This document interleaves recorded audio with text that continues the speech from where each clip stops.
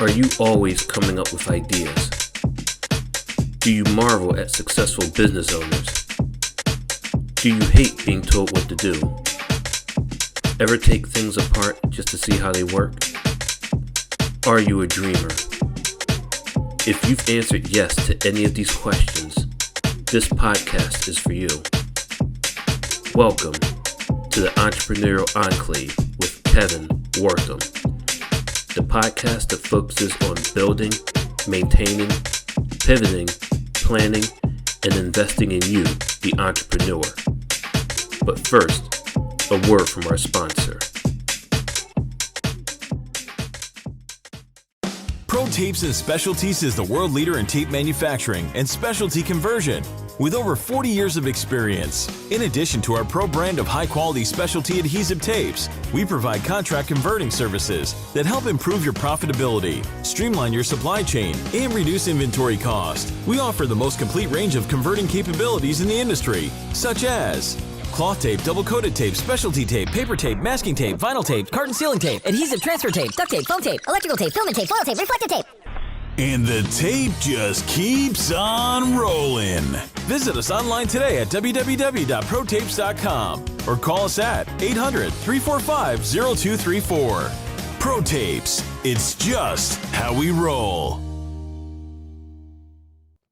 Welcome to another fantastic episode of the Entrepreneurial Enclave, Life's Coming Attraction. I am your host, Kevin Wortham. This man never ceases to amaze me. I have not been in touch with him for quite some time, but I've followed him on Facebook. My brother Zoe, welcome to the platform, man. How are you?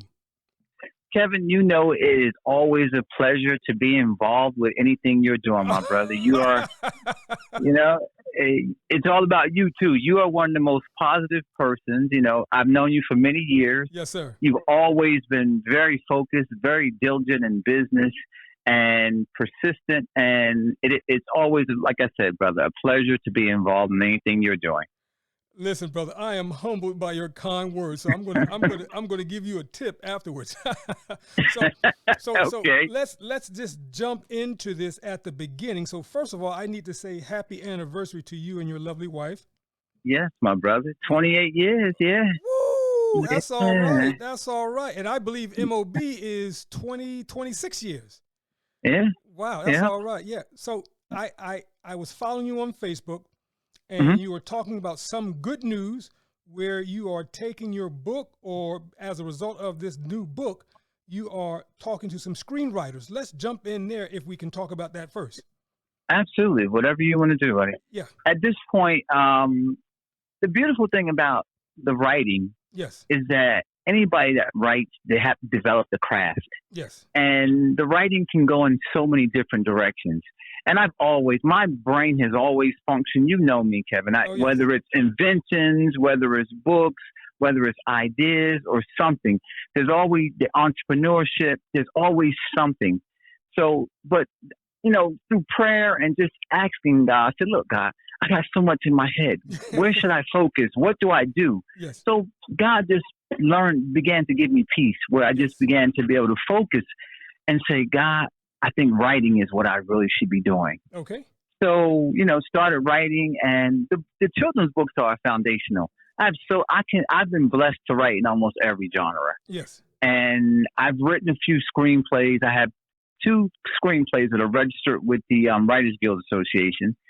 And I just actually submitted a screenplay to what's called the Stage 32. It's just a site that actually promotes writers. And wow. I actually have a producer's meeting with a producer from WeTV. Yes. And they're going to set up the meeting sometime, probably another week or 2. But the thing about it, this producer could have actually requested the screenplay. Okay. They bypassed the screenplay. They want to sit down and talk and negotiate. So I'm excited. I'm really excited about it. Listen, I'm excited for you. So we're going to definitely keep you in prayer for that one. Wow. Absolutely. Wow. It's been a long road. It's been a long road, Kevin. Yes, it's been a long road, brother. So, I think you will attest to this. It's all about persistence and perseverance. I tell all my friends, I joke with my friends. I said, look, y'all need to understand something. when Rocky fought somebody, it was never about who he fought. Yes. He knew he was going to be diligent and committed to the fight. Yes. He wasn't. If he went down, he was getting back up. And yes, that's sir. what success, that's what marriages, that's what friendships is all about. Yes. It's just being able to be resilient Yes. and be able to get back up and say, hey, let's try it again. Let's do this over again. Yes. Yes. That's what it's all about. So again, congratulations on that. Now let's move forward. Okay. To the beginning. When did you start realizing that this was your passion, this was your blessing, this was your gift, the writing? When did that begin? Yeah. Well, the thing about it, Kevin, we know with the family, things get put on the back burner. When you Yes. got children, you got family. What happened was when the kids were smaller, I would actually read, just more so get books, read to the kids, read to them all the time. Yes. At some point, your kids get a little smarter, and they're like, Dad, you've read us that story. Dad, that story sounds familiar. Yeah, yeah. and at some point, you love your kids. And then my oldest daughter, she said, when she was small, she says, Dad, why don't you make up a story for us? So, Dad had to rise to the challenge, Absolutely, yes. So I made up a story for her, and they enjoyed it. So I said, okay, let's see if we can keep doing this. And it just kept going and going and going. And then guess what? They grew up, but guess what? I got a pile of stories now. Wow. Sitting in the corner, and it's like, you know what? It's about mom and dad. Now it's about Yes. us pursuing our dreams. So let's see what we can get done with this. Yes. And more so focusing and finding a publisher to be able to say, I worked with Pink Butterfly Press, Yes. Nicole Major. She helped me to actually get the first book out there. Yes. And now I have 2 more books coming out with a publisher. So it's a blessing, and no complaining, buddy. It's, like I said, I'm enjoying it right now. So out of necessity, you started writing these books because your daughter was saying, Dad, why don't you write something? Yeah, absolutely. Wow. And you never know. You just never know Yeah. where the blessings will come. Well, they always say yeah. out of the mouths of babes. So You this is got what- it, man. So what's the name of the first book that you did? The first book is called Maddie's Grumpa Day. Okay. And of course, little girl, she has a terrible day in school. Yes. And the parents just give her plenty of love. And one thing too, Kevin, what I have not seen out there the way I would like it to, Yes. there's not a lot of diversity in the stories that are out there. And if they are, there's something missing. There's so many single parent stories. Yes. I wanted to be able to create a story where a mother and father loved their baby girl. Yes. They just loved on her. Yes. They nurtured her. They talked with her. They told her stories. Yes. They helped her better understand, just look, baby, it's just a normal day. Yes. But I want to, all my stories, I want to create that atmosphere Yes. that we love our children. We are parents. We are strong parents. We are committed. Yes. So all my stories will probably be centered around a parent atmosphere with maybe singling out 1 or 2 children, but it'll always be that parental thing. I love it, man. I love it. So now, at what point do you think about introducing, or does your book have a color barrier or colored structure? So the books are for anyone, right?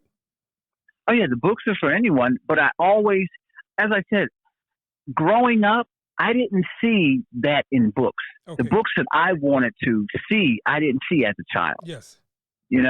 So I said, if I'm going to be a writer, I want to create, we have, as African Americans, we have enough struggles. We have enough stereotypes out there about us. Yes. So I want to create a firm foundation. Okay. And all my stories, I want to create that foundation of love, caring, relationships between parents and child. Yes. I love it, man. I love it. And what's the second book? The second book is called Maddy Wants to Grow Up Yes. Now. Yeah. About a little girl who doesn't want to be a little girl anymore. Yes. She sees her big sister doing stuff, Yes. and she gets upset when her parents tell her, no, you can't do those things, sweetie. Yes. You're just a little girl. And she storms out of the room saying, I want to grow up. I want to be a big girl now.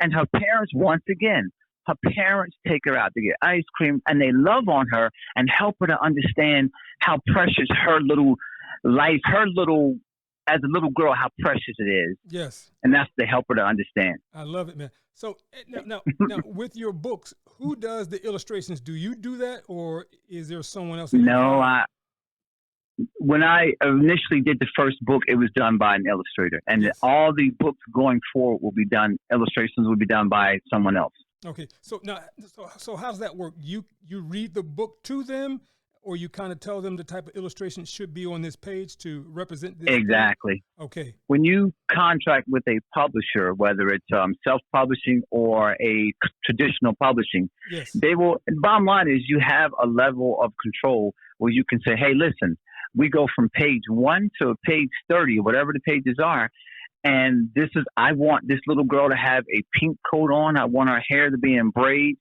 So you have good flexibility, and most publishers will accommodate it because it's your book, it's your story. Yes. You know, there might be some slight editing, but to the most part, traditionally, they will let you just do whatever you want. Of course, too, you pay for all that stuff. Oh yeah. Not free. Yeah, not absolutely. Free. And so, what's the third book that you've written? The third book is called Three Bedtimes. Okay. And this story is about mom and dad sitting downstairs just waiting for the inevitable hour. Yes. And that hour is, it's time for the kids to go to sleep. Yes. So our dad mom smiles at dad because it's dad's turn to put all three of his girls to sleep. Yes. So dad has the project of, and mom is sitting there laughing, Yes. and dad has to go upstairs and put them to sleep. He says, "Hey girls, it's bedtime." And of course, like any little normal girl, "Oh dad, 5 more minutes." Yes. So he deals with that entire turmoil and trauma of putting his 3 girls to bed. I love it. And let me stop you for a second. One of the things that I love about this conversation that I'm having with you is that many, first of all, this is not on video. This is all audio. You are a big dude. So to hear all this, no, sir, no, man, listen, you are a big dude. What are you, 6'2", 6'3"? Yeah, 6'2", buddy. Yeah, and so here you are talking very lovingly, kindly, and you're a black man. I love it.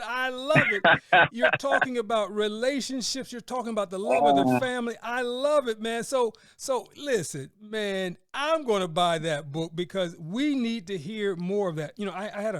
I appreciate it, brother. Yeah, I had a conversation with another guy, and we were talking about imagery, right? And we were talking about the trauma that we as black men feel and face every day. But this is totally opposite, because you're saying, men, love your family, be a part of a family. This is a family. Yes, this is what absolutely. a family looks like, right? I love it. And so you're also keeping intact the family dynamics, right? And then absolutely. And the fact that you are a black man raising black women, queens. That's crazy, man. So kudos to you, man. Thank you. Yeah, by the grace of God. Yes, sir. And you're a strong, strapping man too. So you're also scary.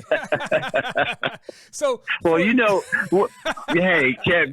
Nowadays you better be right with your girls. Yes, sir. Because you need to be able to tell a young man, yes, sir, that look, take care of my daughter. Yes, sir. I love my baby. Yes. And any young man that's dating any young lady right now, he needs to be able to see that. Yes. Because some of these young men, we won't even, that's a different subject, a different time. But the point is, it's another book though. Yeah, but and they need to be able to see a strong father, a strong, loving father. Yes. I love it. So, love it. Yeah. And same vice versa for a female. Yes. On a male. Yes. That young woman that comes to date that young man needs to be able to see a strong black woman who loves her son. Yes. Yes. So, yes, it's important. Absolutely. Now, so at any point, is there a draft that the publisher sends to you that you read with your family to see if you got it right? Do you show them the pictures before it goes to final press? Oh, absolutely. Okay. The publishers are like, here's a perfect example. My first book was self-published. Yes. My next number 2 and 3 are going to be with a publisher. The beautiful thing about this is the publisher, they will give you a publicist. Their goal is to print 500,000 copies of each book. Wow. That's their goal. That's their goal. And the self-publishing, I tell anybody, it's beautiful if you have the time and you can do it. And also, too, self-publishing, that's a lot of out-of-pocket. Okay. You have to be stable enough to be able to. I just went to a fair, a book expo, and the gentleman said he'd done 8 books. So I'm like, hey, more power to you, brother. But I love the publisher, the traditional publisher that says, hey, we like this book. We'll give you a percentage of the profits, but we'll do everything. So wait, hold, start all over. Okay, let me see if I understand this. So Okay. how do you meet a publisher? You go to a book fair. How do they interview you? How do you vet each other? Exactly. Yes. Well, with the publishing genre right now, the publishing scene is it's very hectic and it's hard to break in and get certain things done. Yes. More so, you have to submit your work to them, query letters. And they more so review your work and they say, hey, well, I'll give you, for example, I submitted something back to these guys in July of last year. They didn't reach out to me until October of 21 to be able to say, hey, we loved your story. We had several of our executives look it over. We want to publish your book. Wow.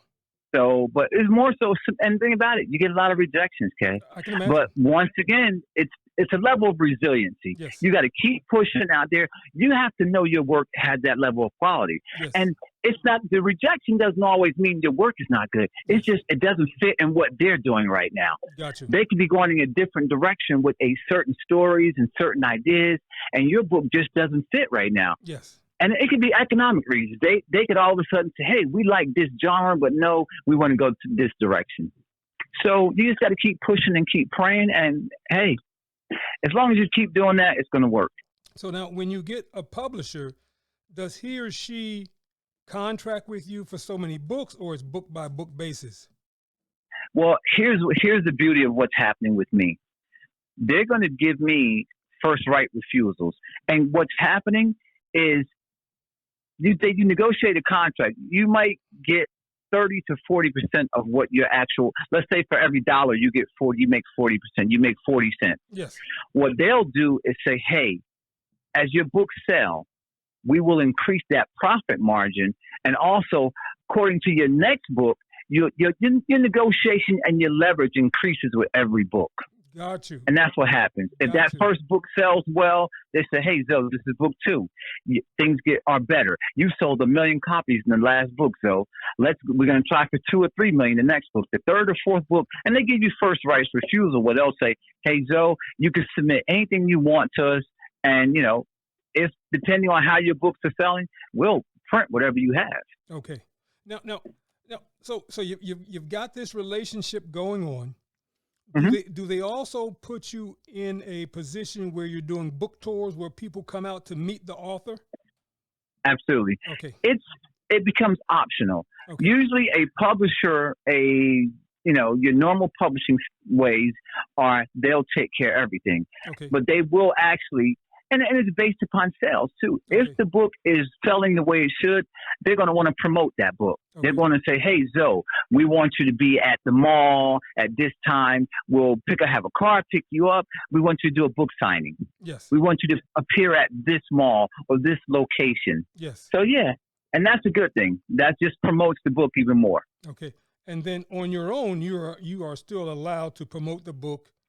And then Absolutely. Now, how does that work? So when you're promoting the book on your own, do you have to buy so many copies from the publisher, or the publisher will send you so many books for that event? Yeah, it's a combination of both. Okay. Let's just say in your regular printing, yes. my book is scheduled to come out in the next month or two. Yes. What they'll do, they'll say, hey, Zoe, we'll give you maybe 50 books free, and anything after that, we'll sell them to you at a discounted price. Yes. Well, let's say we'll sell them to you at 60% off the normal price that we plan on selling your book for. Yes. And then I take those books, I can sell them and do whatever I want with them. And of course, too, I get the greater profit margin. Okay. So that's a good thing too. So it's a win-win. Yeah, I love it, man. I love it. I'm starting to understand more about this industry. So now where do we go from here? Is this going to be your full-time gig of just writing books, or you're trying to venture off into something else? Well, the thing about it, Kev, the books are beautiful. I'll probably always write books. Yes. But as I've gotten into the screenplay market now. Okay. The screenplay, I have a friend right now, a buddy of mine. He has a movie called Hip Hop Sessions. Yes. It's a hip hop horror movie. It comes out in November, and the movie cost $20 million to make. Wow. So they're actually shooting this movie August 15th. Yes. And they're bringing this movie out in November. And it's very lucrative. They paid him like $60,000 for one screenplay. So, and they paid him another $40 for the second screenplay, which they even haven't even started producing yet for the second movie. What? I was like, okay. Wait, hold up. The first movie didn't even drop yet, and they're paying him. Absolutely. Wow. So they already know what they think the industry is going to do for this movie. Absolutely. Some marketing executives were in the background saying, listen, we feel this is very positive. Yes. Let's just, and think about it, their thing is, we don't want to take the chance of the first movie doing well. Yes. And then we've waited, and now someone else has negotiated a contract with him for the second movie for twice the sum, and they're going to miss out on that. Yes. Their thing is, we would rather gamble and lose than to lose in the long term. Yeah. Yeah, because it's going to be much greater. Absolutely. It was a much greater loss. Yeah. And so when you go to these calls, do they already have a history of your book writing experience, or they're just taking you on your screenwriting experience? No, this is strictly on screenwriting. Okay. Like the producer that I'm supposed to see. Yes. She really doesn't know anything about me. She just liked the current script that I wrote. Okay. Yep. I love it. Wow. Yep. Now, since you've been writing and since you've been producing screenplays, mm-hmm. What has been the challenge for you? What has been the greatest challenge for you? Well, with anything, you always want to build a certain level of wealth, Kevin, so you don't want to work. Yes. That's the biggest thing.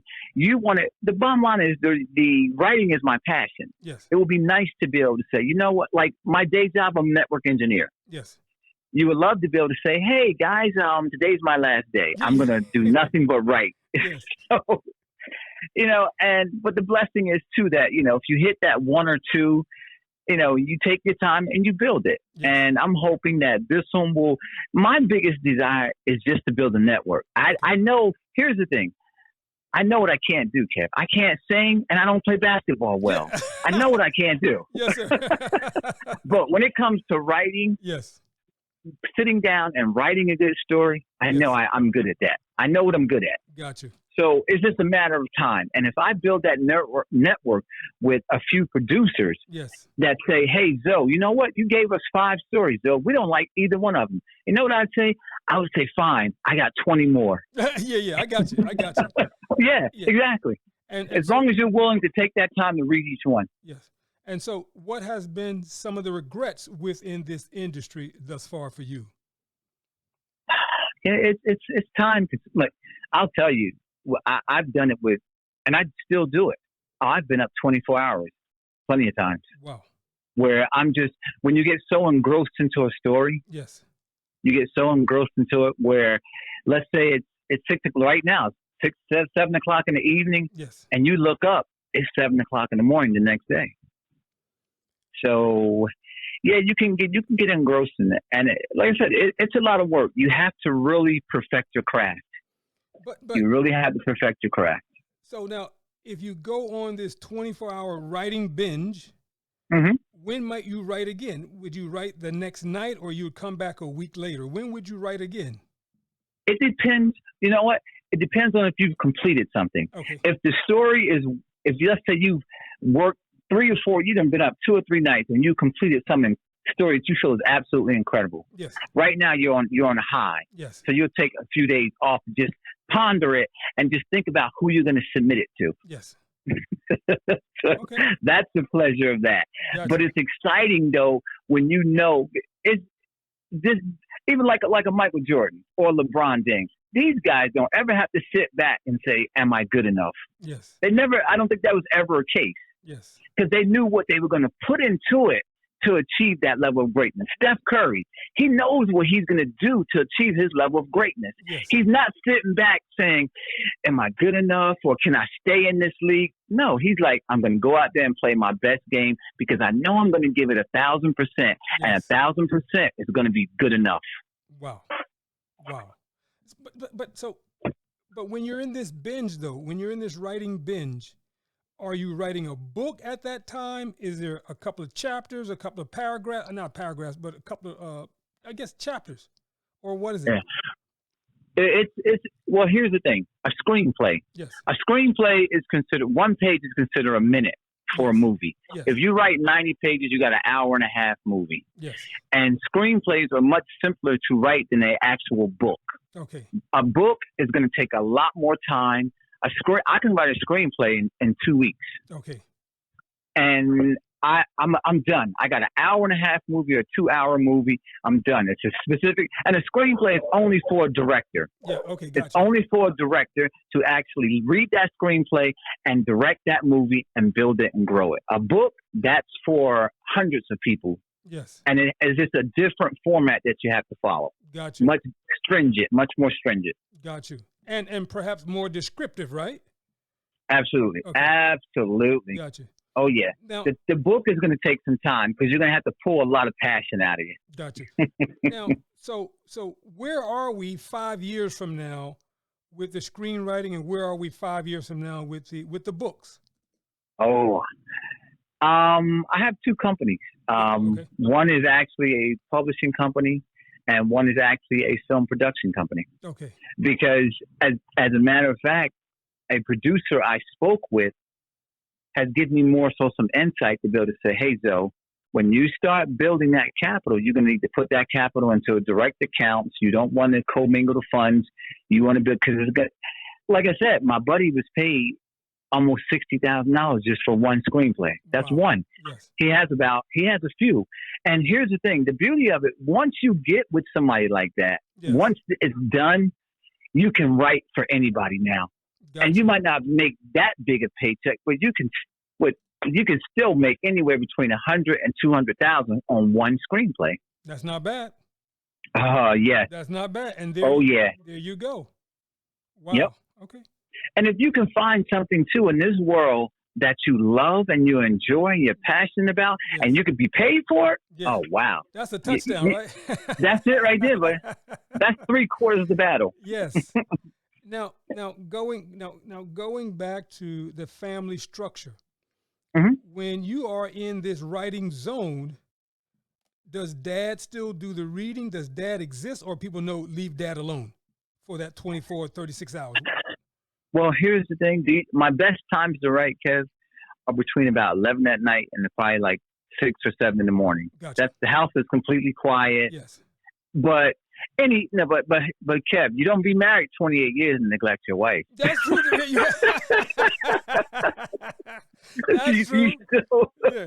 Because if you're still married after 28 years, then you got another book you're trying to sell. Yeah, Yes, sir. But yes, God is good. You always, you pray for balance. Absolutely. You have to have a level of balance, Yes. But the beauty of it is, though, when you're at peace with yourself, yes, it flows. Yes. You actually have your energy levels. It flows. You're able to have a thought anytime. Yes. And just write it down and be like, you know what? I'll put that in the story later or whatever. Yes. But you have to be able to do that and say, hey, this is wife's time. We're going out. We're not going to focus on anything. It's just me and her. And so it's good. So when you guys go out, are you ever talking about the book, or are you talking about your writing? Are you asking her for your input, or is just family time or wife time? Sometimes it can be a little bit of both. Okay. There are times when I can excite my wife with a story. Yes. And she's like into it. And there are times where she'll be like, okay, baby, that's a little, like I have sci-fi stories. Gotcha. There's sometimes she's like, okay, sweetie. But yeah, she's just very supportive. She's always, baby, work it, knock it out, get it done. And at the end of the day, it's going to benefit all of us. Absolutely. Now, so let me see this, Zoe. Let me see this one right here. So here we go. You're riding in the car. Uh-huh. An idea comes to your mind. How do you capture that thought? Do you pull over? Do you have a tape recorder? How do you capture that thought as you're riding? You're in the car. How do you capture that thought? Well, hopefully I'm not driving. Okay. Yeah. But usually, yeah, I'll even, if I'm thinking about where I'm going. Okay. And let's say I'm going to ShopRite. If I know I'm close there, I'm like, okay, let me just get this. And I've actually had that where I've actually had to take a moment, and it was so good. Yes. There are times I can write, and I'm like, oh my God, I can't get this out fast enough. Yes. So yeah, I have those moments where it's so overwhelming, and I did so good to you. It's like, let me pull over, or my wife is driving. I have notes. I have about 700 or 800 notes on my phone just for movie stuff. But so the notes are they voice activated notes, or are you actually typing or texting? I'll do both. I'll do a little bit of both. Okay. I have my mind doesn't stop, Ken. Like I said, it's inventions, buddy. Being an entrepreneur, business ideas, everything. I love it. I love it. But and I'm going to mess this up. What's your inspiration? What's your motivation for moving forward every day? Boy, you know what? And Kevin, will you quote me on this one day, and you can repeat this one day? This is going to be some of your famous words. Okay. Do you know we have to learn? We have to learn not to be afraid of failure. Okay. Failure is beautiful. Yeah, okay. That's why you can do it, because you're never concerned about failing. Yes. You're never worried about it, because failure is, if you allow it, it'll only make you better. It's exciting to you. Yes. Let's once again, I'll take the basketball players. LeBron, Kobe, those guys didn't intimidate each other. Yes. They made each other better. Yes. Kobe knew. Kobe was excited to have a LeBron, to have whoever out there playing with him, because that excited him more. It just made him better. Yes. How do you ever know how good you are if you never encounter anything just as good or better? Yes. Because it's going to make you better. Yes. So you don't be afraid of failure. You enjoy doing it, and you find something. You find your baby. We all have our babies. There's something that we're good at, that we enjoy. Yes.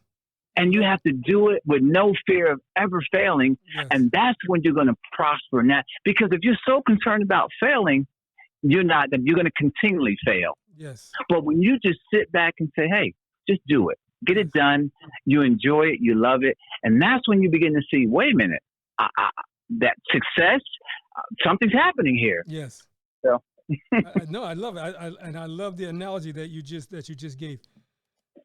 When you are writing, are you looking to set yourself up as a role model because you are a black man, perhaps writing to a family of African Americans?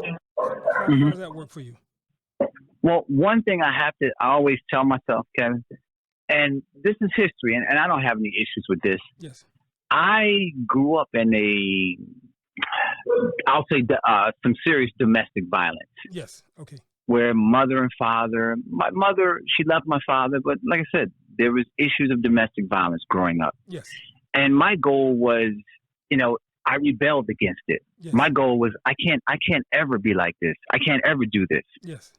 My father was a good father. My mother was a good mother. Yes. But there were so many issues, traumatic issues that, you dealt with it and you move ahead, but you have to be able to learn from it. You have to be able to say, this can't be repeated. There can't be any generational curses. We can't go forward like this. Yes. I can't go forward with my children like this. Yes. I can't move forward with my wife like this. Yes. So and also too, at the end of the day too, I'm a praying man, Kevin. Okay. I know there's something greater than me, much greater. Yes. And I have to be wise enough to be able to say, there is something greater. And I have to be able to say, God, hey, I'm a fit guy, strong guy, martial arts, all this, but I can't do it. Yes. I can't take care of my family. I can't protect my wife when she's driving 20 miles away and my daughter's in school somewhere. Yes. I have to trust God to do that. Yes. But God also says, too, listen, if you're going to trust me, you have to be an example. Yes. You see? you have to ask me to make you the man that you should be. Yes. A better man, a stronger man, a smarter man, a wiser man, yes. a committed man, a disciplined man. Yes. So, like, I'll tell anybody, 28 years, man, I love my wife. Yes. I don't have time for the games, man. Yes. Because I want more and I want greater. Yes. But greater is not going to happen if I'm undisciplined. Yes. It's not. I can't work. Yes. Yeah, I can't work 20, 30 years to build something. Yes. And a building can fall in a matter of seconds. Absolutely seconds. Yes. But it can take years to build it. Yes. And my mind always says, and I'm like, I'm not going to take 20, 30, 40 years to build something and allow somebody to come in and destroy it like that. No way. Yes. Mm-mm. I love it, man. I love it. Oh my God. I don't know if we had an interview or if we had church or we had a conversation. I don't know, but Zoe, thank you, man. I listen. I hear the passion, and I thank you for being the imagery of a strong black man, or just a strong man. Period. Thank you. Now, have you done any work with the youth in terms of how you write and the importance of writing? Because writing can be cathartic as well. If you had some trauma in your life, sometimes you can't express it outside of just writing. Have you done or thought about doing classes like that? Well, I've never thought about it, but yeah, of course it's therapeutic. Yes. Of course it's therapeutic. It's something that it's just a passion that's in you, and you're able to do it in a level of peace. Yes. And your life, in order to be good at something, don't get me wrong, you can have chaos in your life. Yeah. The less chaos, I think, the better you're going to be at something. Yeah. You can't do certain things when there's so much turmoil going on, yes. Especially if you're attached to people that you truly love. Yes. And you're in pain, you're hurting because they're hurting. Yes. So you pray for peace in order for you to be able to achieve and do the things that you want to do. But yeah, I have so many plans to do so much, Kevin. And you're right. There has to be time taken to be able to say, look, grab some of these young people and show them, yes. Demonstrate to them, yes. Be an example, be a role model. Yes. That's always the goal and the passion. And sometimes too, we can't do it directly. We have to do it indirectly. Absolutely. Absolutely. And even this interview with you, somebody might hear it and say, wow, I know that guy. He's on so-and-so, Yes. Oh yeah, that's the one that Kevin interviewed a few. So, and they can be able to say, yeah, that guy, he talked, but that guy actually walks it. Yes. Yes. Now I want to stop right there because this thought just came to my mind. Mm-hmm. When you are writing, do you jump immediately into your subject, or you do a few pages of free writing? Well, here's the thing. Yes. This is what this is one thing I would tell anyone that's writing. Don't throw away anything. Okay. Because anything that you write, it just applies to something else on another story and another area. Love, hate, anger, revenge, the things don't change. Yes. You can have aliens in love. You can have vampires in love. Yeah. But the things don't change, though. Yes. But if you're able to switch those things around into different areas, different genres and different situations, yes, that's what you do. But don't throw away anything. Okay. I keep everything. Got you. I don't, when people say, I deleted this, I'm like, no. I don't delete anything. I'll just write a different paragraph either below it or above it and decide which one to use. Got you. But I keep everything because guess what? I might have another story. I was like, that paragraph that I was going to delete for that other story, I'm going to use it in this one. It comes right. Yeah, I got you. Yeah.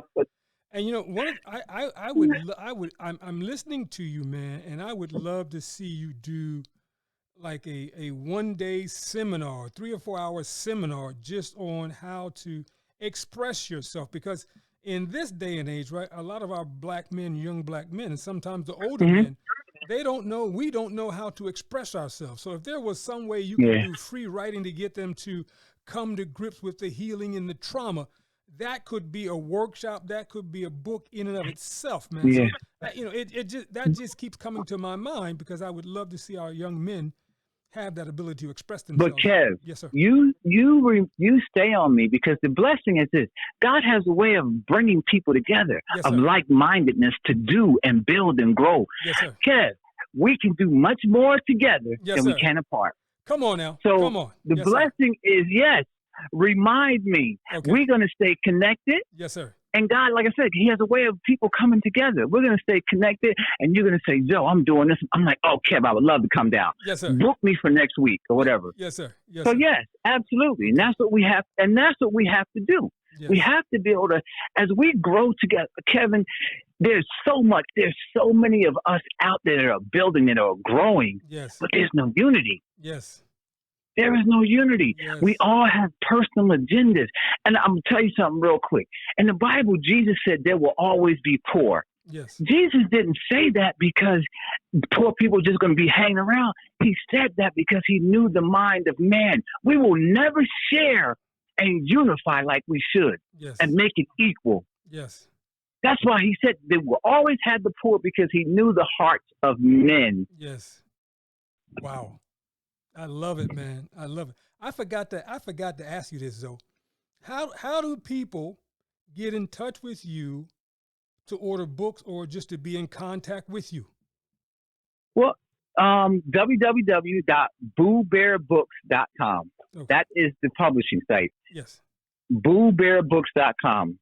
And like you said, and it's something too, it's always a blessing, like I said, when you unite with the right people. That's a good idea. At some point, yes, I would love to be able to say, hey, it's all about you finding peace in yourself to be able to write the things that are in you. Yes. To let those things come out of you, because you don't know who's yearning and who's waiting to hear your story. Yes. And sometimes those are stories of pain, but they can be healing in releasing those stories and writing. Yes. I love it, man. I love it. Anyone that you want to give a shout out to? Well, always the people who are there. Yeah, my wife, of course. My wife is like, that's my rock. You know that. Absolutely. My kids Yes. are committed. They're strong, man. And the blessing is, Kev, it's all about you building properly. Yes. When you sacrifice and you build and you push, you always pray. Like right now, I'm at an age now where I don't want no stress from anybody. Come on, So man. Come on. Yes, sir. I have built my trees, whether my children or whatever, so that I don't want to be stressed. That is at peace. My son, my daughters will never be able to get themselves in situations and say, Dad did that. Yes. They won't be able to do it. Yes. And I want them to be able to reflect and say, my parents never taught me to do this. Yes. So let me pull up out of this quick Yes. and fulfill my destiny and Yes. move forward. I love You it. know? I love it. I love it. Listen, I want to ask a question. It's a kind of funny question. Talk to me, bud. In your screenwriting, Mhm. who is your favorite character that you're writing for or writing about? Okay. I'll tell you, I have a sci-fi story Yes. about a gentleman. His name is Miles Jenkins. Miles is a brilliant scientist. Yes. He actually is framed for murder and placed in jail. Yes. And he actually gets out of jail, but he fakes his death while in jail. Okay. But he develops a formula to turn his skin color white.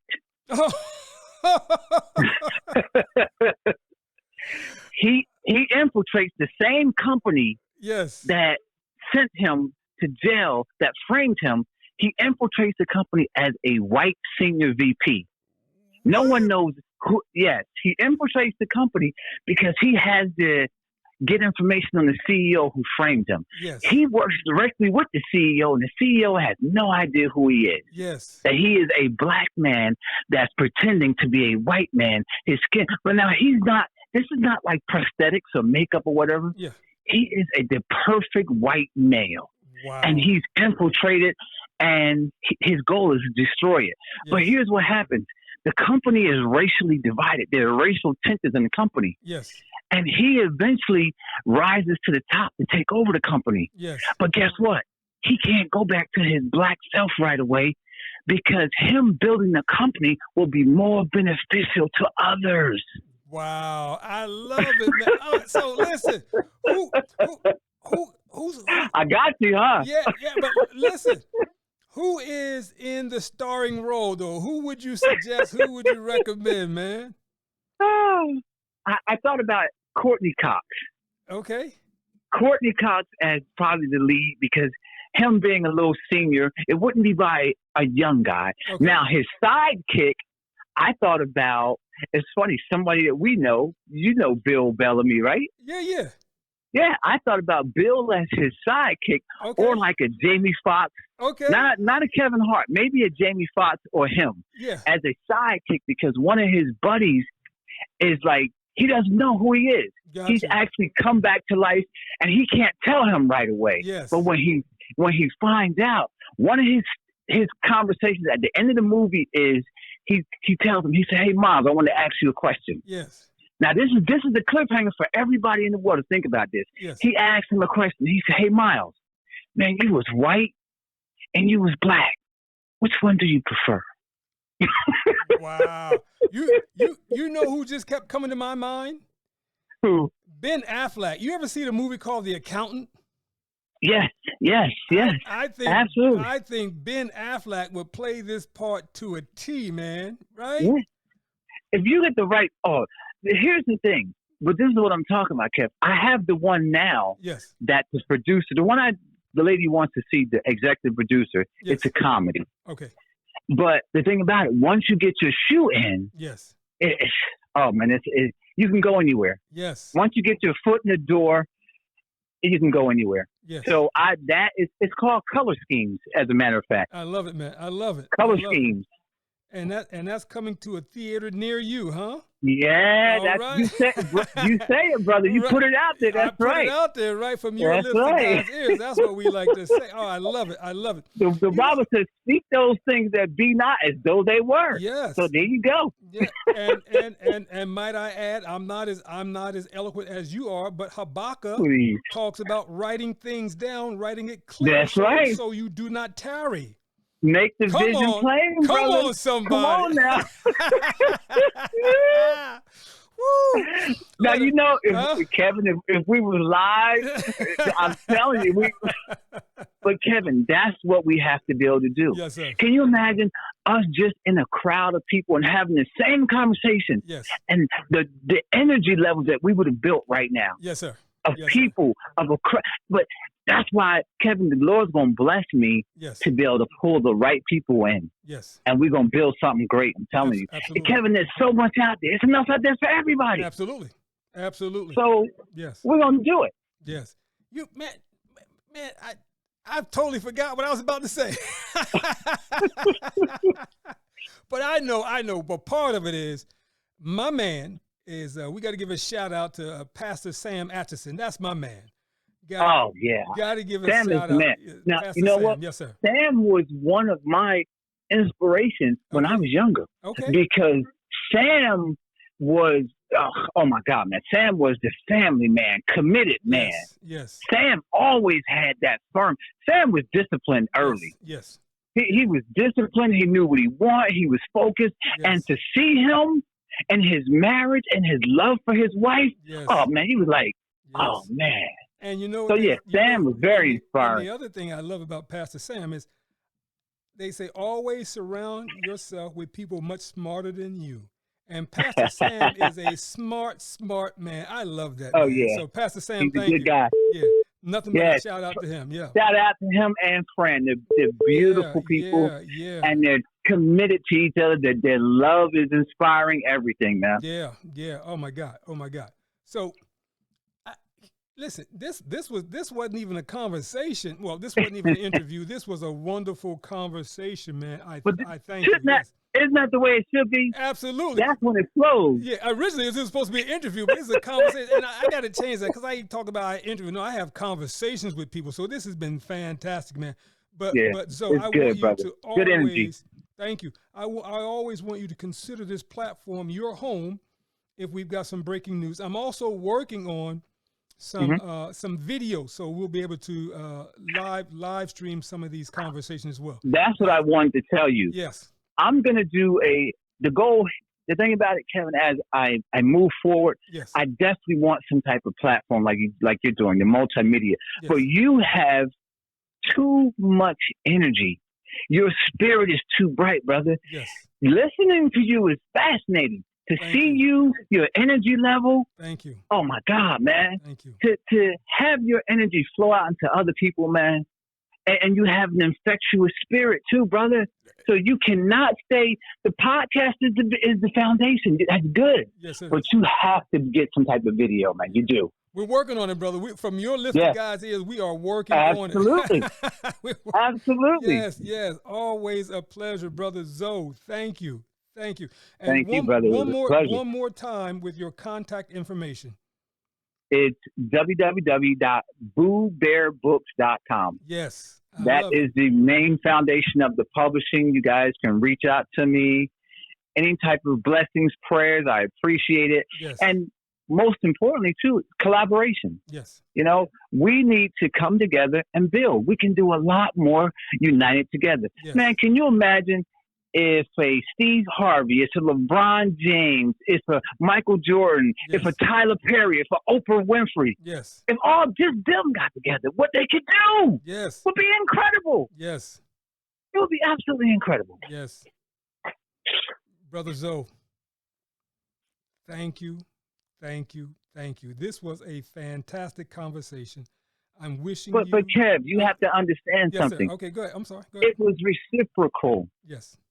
The energy abounds when you have two people of like-mindedness sharing their thoughts and their ideas and their passion. Thank you. You blessed me with the interview. Yes. So come on, really. So I appreciate you, brother. Okay, we appreciate each other. All right, bro. That's how it should be. But this was about you. I created a platform so that entrepreneurs such as yourself can tell your unabridged story. Mm-hmm. And so again, as I originally was trying to say so before you interrupted me. I apologize, my brother. Thank you. Right? I pray nothing but success and blessings over your projects and all your ventures, man. Thank you. Well, now it's my turn, right? Oh, yes, sir. Go ahead, man. Go ahead. Well, brother, I say thank you to you too. Yes. Because guess what? Iron sharpens iron, brother. Yes, sir. Iron does not sharpen itself by itself. Yes, sir. Okay? Sir. Yes, sir. So you blessed me with an interview, a platform for us to share, and God will bless us to grow together. Yes. So it was like I said, brother, iron sharpens iron. Yes, sir. Yes, sir. I appreciate that, man. I appreciate that. And as we always say, to God be the glory. Yes. You got it, brother. That's what we hear, by his grace and mercy. Yes, sir. Yes, sir. Hey, Zoe, let's stay connected as we promised each other that we would. And absolutely. Let's talk and text a little later on. Okay, brother. All right. It was a pleasure. You have a good evening. You as well. Peace now. Bye-bye. Bye-bye. That concludes another episode of the Entrepreneurial Enclave with Kevin Wortham, the podcast that focuses on building, maintaining, pivoting, planning, and investing in you, the entrepreneur. We hope you found this episode informative and enlightening. If you have any questions or comments about any of our episodes, please call 609-731-9311 or email kevin@minding-our-business.com. We look forward to joining us for our next one. Until next time.